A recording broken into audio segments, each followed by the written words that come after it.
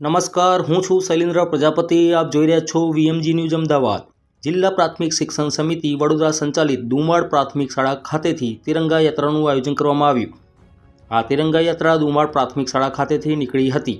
આ તિરંગા યાત્રામાં જિલ્લા આંકડા અધિકારી શ્રી, જિલ્લા આરોગ્ય સમિતિના ચેરમેન નરેન્દ્ર રોહિત, જિલ્લા બક્ષીપંચ મોરચાના પ્રમુખ રસિકભાઈ પ્રજાપતિ, તાલુકા મહામંત્રી સરદારસિંહ રાઠોડ, ગામના પ્રથમ નાગરિક સરપંચ શ્રી કલ્પનાબેન, શિક્ષકો તેમજ વિદ્યાર્થીઓ તેમજ વડીલોએ આ તિરંગા યાત્રામાં જોડાઈને આ તિરંગા યાત્રાને સફળ બનાવી હતી.